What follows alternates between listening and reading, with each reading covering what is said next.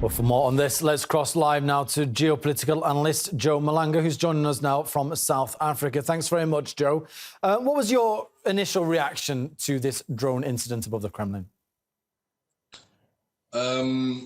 It was very shocking for the desperate move to even want to poke the bear, basically provoking and threatening the life of number one in Russia. Russia being a nuclear power, we all know the consequences of such that could happen, that could affect the whole entire world. You'll ask yourself three questions: who's behind it?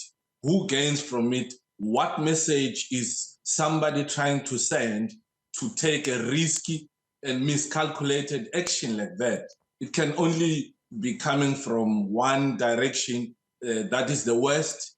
A few weeks ago, John Kirby said the ceasefire or the truce or peace in Ukraine is not an option for them.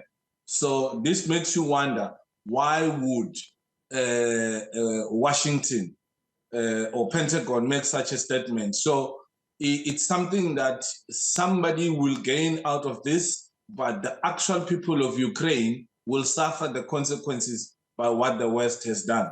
If they used Elon Musk's satellite, what else?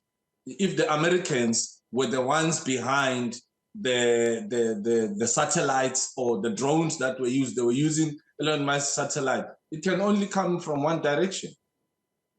Well, we have to say this is just speculation at this point. We don't know what technology was used or who was behind it.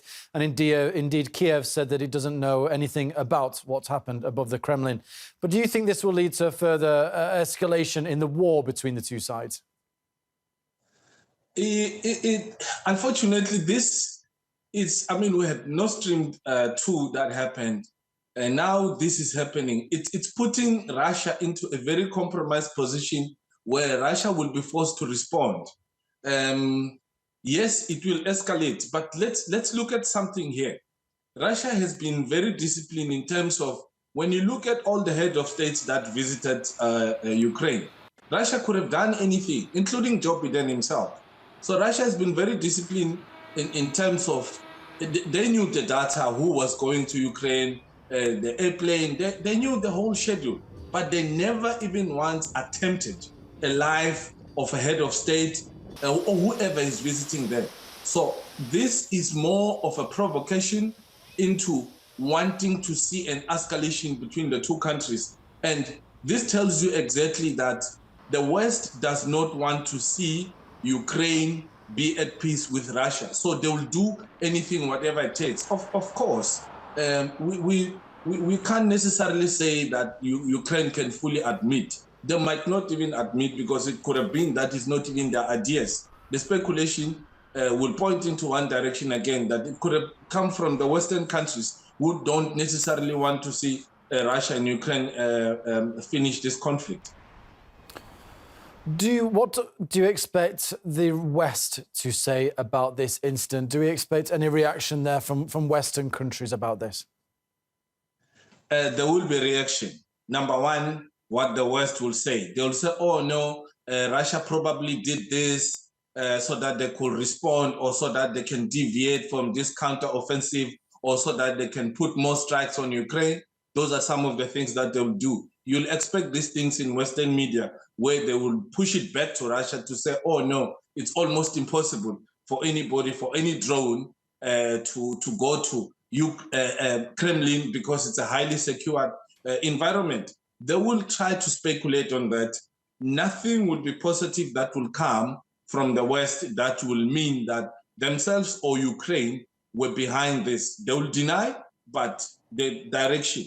And also, they don't necessarily respect. You don't trust anything that they say or that they do. What they say is different from what they do. Mm-hmm. So their reaction, it's the same old story. There's no change. They don't change their script. It's the same old story we're going to be hearing from their bullhorns channels. They will be saying one and the same thing. So there's nothing that would be spectacular coming from the West in this regard. Now, finally, Joe, I just want to get your thoughts on what you make of the timing of the attack. Obviously, there are the May Day celebrations, May the 9th in Russia, a very significant holiday. Also, a much anticipated Ukrainian counteroffensive has been widely reported in the West. Do you think the timing of this is significant? Yes, it is. I mean, one of Ukrainian officials did say, no, let's make a holiday. You know, let's send them a holiday with something, because they've been talking about this counteroffensive. At the same time, May, it's a month that is very significant to Russian people. So the distraction was going to come from there, or they were worried that Russia could step up the operation so that by May 9, that's a very important day for Russians, then they can focus on the celebrations. Or they wanted to create a distraction just so they can get Russians to be unsettled and also create a lot of chaos within the Russian airspace.